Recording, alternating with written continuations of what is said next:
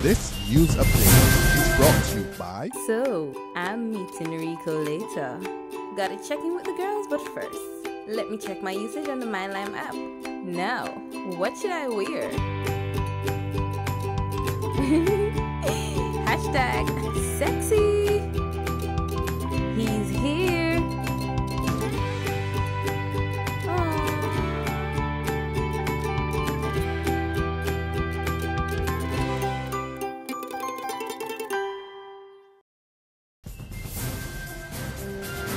It's Friday, June the 19th, 2015, and this is your Barbados Today morning news update. I'm Emmanuel Joseph. Thanks for joining us. We begin with news that the managing director of Transtech Inc., Lloyd Brathwaite, has described charges levied at his Kendall Hill Christchurch company by Leader of the Opposition Mia Mottley during her budget reply on Tuesday night in the House of Assembly as a bunch of lies. Questioning the relationship between the motor vehicle maintenance and leasing company and the government, in particular two cabinet ministers, Mottley claimed that Transtech was given a generous contract to replace the transmissions of Transport Board buses to the disadvantage of the United Commercial Auto Works Limited, or UCAL. UCAL was established by former Transport Board employees to carry out mechanical repairs and maintenance services on the board's buses. Mottley also alleged that Transtech was paid between $35,000 and $40,000 for each transmission it replaced or repaired on the board's buses and the Sanitation Authority's trucks, when the same job should cost no more than $8,000. Mottley also told the House that two ministers of government were driving around cars registered to the Transtech and raised questions about the relationship. Hitting back at the opposition leader, Brathwaite told Barbados Today that the charges were a bunch of lies. He said there was nothing underhand or unusual about his company's business transactions with either the Transport Board or the SSA. Brathwaite also threw cold water on suggestions by Mottley that there was more than meets the eye with regards to what she says are the two cabinet ministers driving around cars registered in his company's name. We operate a car company here. Many people in the island take cars on us on lease purchase, lease agreements and so on. So there'll be several cars in the company. We're a dealership. Nothing different than any other dealership in Barbados. Okay. And you know, cars are not something that you buy with cash. You buy them over time or buy them on terms and so on. So we will have cars out there for anybody who has the means to take them. Meanwhile, the shareholders of construction firm Preconco have also struck back at Mottley. They're describing as unfortunate claims that the company has been getting both preferential treatment and pricing from the Friend Stewart administration. In a clear-the-air statement, which also followed suggestions made by Minister of Finance Chris Sinclair that its owner, Mark Maloney, as well as two other leading local businessmen, Bjorn Bjerkum and Sir Charles Williams, were among the beneficiaries of a 99-year lease issued by the former Barbados Labour Party administration on the eve of the 2008 elections. Preconco denied any involvement in that project. Shareholders in the construction firm also said they're not at all happy that the company was being used somewhat like a political football by members of both sides of the political divide. In other news now, the National Union of Public Workers has given the Barbados Investment and Development Corporation, BIDC, a deadline of noon today to rescind termination letters issued Wednesday to 13 employees over the age of 60. Following peaceful picketing outside the BIDC's Princess Alice Highway office yesterday, where workers expressed their frustration over the decision to send 13 employees into early retirement, NUPW Acting Assistant General Secretary Wayne Waldron said the deadline was an ultimatum that should not be ignored by the BIDC or the union would take action. There's regional and international news after this short break.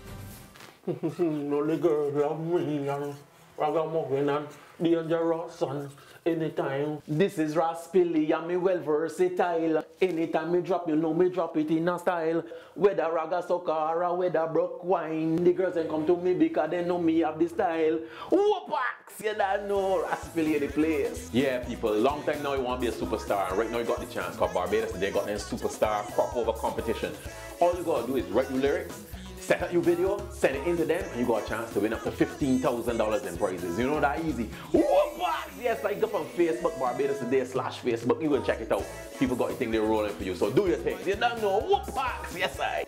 Secure your future, be financially strong. Since 1983, we have been there for you. A smart range of products, great tax benefits. We're the solution to your hopes and your dreams. The Barbados Workers Union Cooperative Credit Union. The Barbados Workers Union Cooperative Credit Union. Humble beginnings to smart loans, smart savings. Save smart and borrow smarter. That's the move for me. Stability, prosperity. We're the solution to your hopes and your dreams. The Barbados Workers Union Cooperative Credit Union. The Barbados Workers Union Cooperative Credit Union. Welcome back with news from the region that Trinidad and Tobago's Foreign Affairs Minister Winston Ducaran is bowing out of elective politics. Ducaran, who will remain as Foreign Affairs Minister until the September 7th general election, is the man who left the United National Congress to form the Congress of the People, the second majority party in the coalition government. His decision to step away from frontline politics leaves room for a new candidate in the marginal seat of Tunapuna that should be, which he now holds. But in making the announcement, he said while he has no regrets, he has one disappointment. I say my greatest disappointment is the Congress of the People, having won 24 seats in the local government election and 6 parliamentary seats within a short space of its inception, is today not able to grow and to flourish as we had once hoped it will. He made the comment just minutes after he said he thought the time has come for him to give way.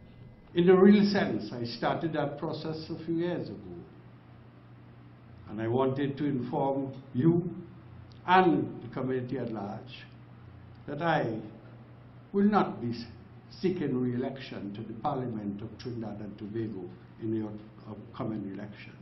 That report from TV6 News in Port of Spain. In more regional news now, the Guyana sugar industry has been given a US $3.8 billion bailout.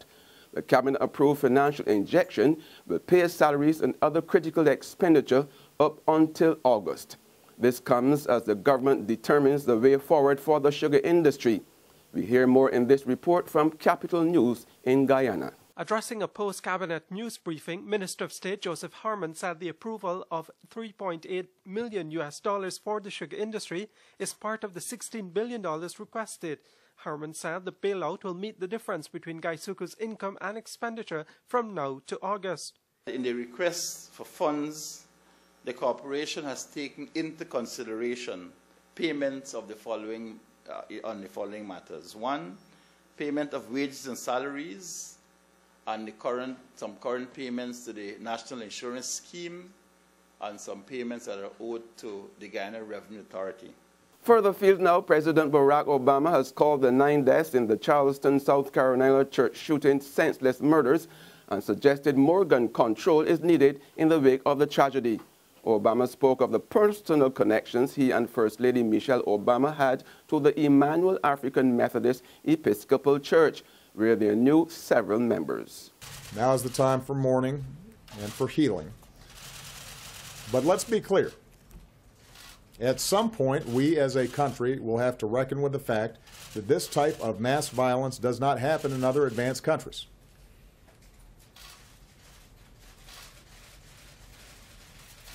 It doesn't happen in other places with this kind of frequency. And it is in our power to do something about it. I say that recognizing the politics in this town foreclose a lot of those avenues right now. But it'd be wrong for us not to acknowledge it. 9 African-American members of the church were gunned down in the church basement by a white man, Dylan Roof, on Wednesday, and he has since been arrested by police. And on that note, we come to the end of our Barbados Today morning news update. However, you can join us again this afternoon. Until then, remember to log on to www.barbadostoday.bb, subscribe to our e-paper and email updates, or like us on Facebook. You can also catch us on Izumi Media in bus terminals or screenplay at supermarkets and gas stations near you. Also tune in to Channel 101 and Lime TV and Mix 96.9 FM to get all the latest news and sports. I'm Emmanuel Joseph. Have a fantastic day.